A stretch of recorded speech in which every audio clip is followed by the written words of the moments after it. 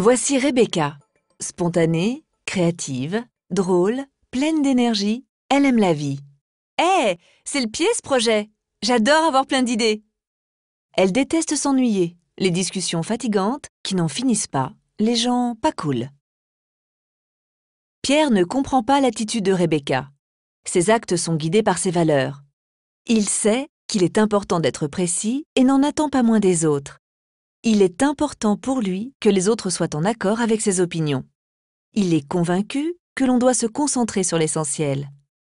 Pendant qu'il parle, Rebecca le coupe avec un « c'est cool !» Pierre montre alors ouvertement son agacement d'avoir été interrompu.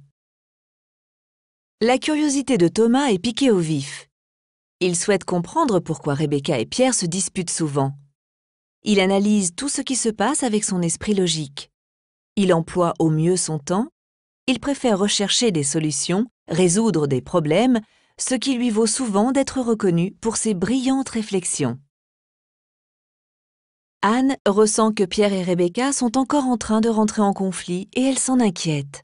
Son approche empathique des gens lui permet de créer une atmosphère agréable où la communication est facile. Elle aimerait aider ses collègues à apaiser leurs conflits. Les autres l'apprécient pour cela. Elle a besoin de se sentir aimée pour être heureuse. C'est tellement plus sympathique de déjeuner ensemble quand l'ambiance est bonne. Yann observe la scène de loin. Réfléchissant calmement, il se demande pourquoi Pierre et Rebecca s'énervent. « Ne faisons pas de vagues », se dit-il. « Restons calmes. » C'est alors qu'il a une idée pour les aider à comprendre d'où viennent leurs difficultés à s'entendre. Thomas se demande souvent comment Yann peut avoir une telle imagination. Patricia passe par là. Elle parle du nouveau client qu'elle vient de décrocher. Elle occupe le devant de la scène en racontant à quel point elle a bien négocié avec lui, le client le plus difficile qu'elle ait jamais rencontré. Elle a excellé en rendez-vous. Elle est une star. Pour elle, le succès engendre le succès. Pierre acquiesce à contre-cœur. Un peu d'humilité ne lui ferait pas de mal. Thomas analyse la stratégie de vente de Patricia. Rebecca s'exclame tout d'un coup « On va fêter ça au resto ce soir, trop top !» Anne réserve une table au chaleureux restaurant italien, pendant que Yann réfléchit à ce qui se passera pendant la soirée.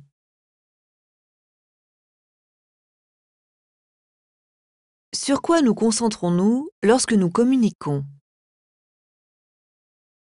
Nous avons l'habitude de nous concentrer sur le contenu, ce que l'autre personne dit, et nous ne percevons que rarement la manière dont il le dit.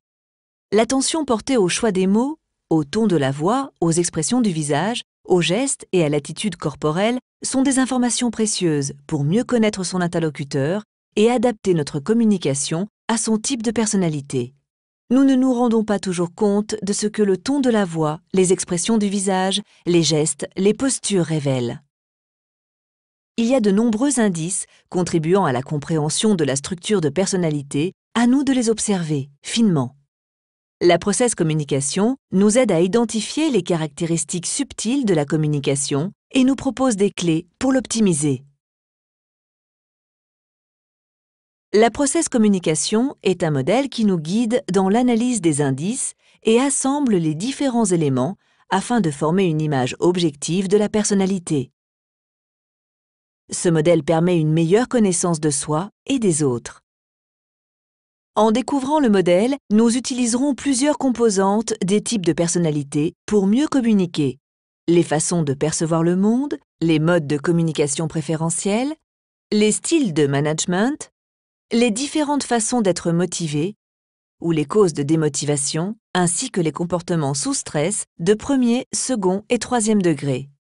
La process communication est une aide précieuse dans la connaissance de soi et des autres, qui sont les conditions d'une communication positive et dynamique. La structure de personnalité est l'élément central du modèle process communication. Dans ce modèle, nous représentons la structure de personnalité avec la métaphore d'un immeuble à 6 étages ayant un ascenseur pour se rendre à chaque étage.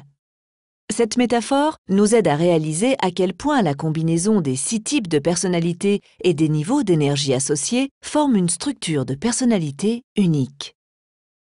Nous pouvons utiliser à volonté notre ascenseur pour accéder au côté positif de chaque type de personnalité en nous, à condition que nous ayons l'énergie pour le faire. La process communication nous permet de comprendre ce dont nous avons besoin pour une communication positive. Elle nous propose un guide pratique sur la façon de faire face à nos comportements contre-productifs liés au stress. Nous pouvons mieux comprendre nos vieux démons et mieux les gérer. Nos comportements sous stress sont à la fois prédictibles et gérables avec ce modèle. L'application de la process communication nous aide à créer et à entretenir des relations professionnelles et personnelles authentiques, coopératives et durables. La process communication peut être appliquée dans tous les champs de la communication. Dans la vie professionnelle, en situation de management ou pour mieux manager son manager, pour la cohésion des équipes, en situation de vente, de recrutement, en médiation, en coaching, dans la formation des élèves, des enseignants, des formateurs et des managers, dans le monde médical, dans les relations personnelles et les relations parents-enfants. Le Dr T.B. Keller, psychologue américain, a développé la process communication à la fin des années 70 et l'a constamment affinée et approfondie depuis.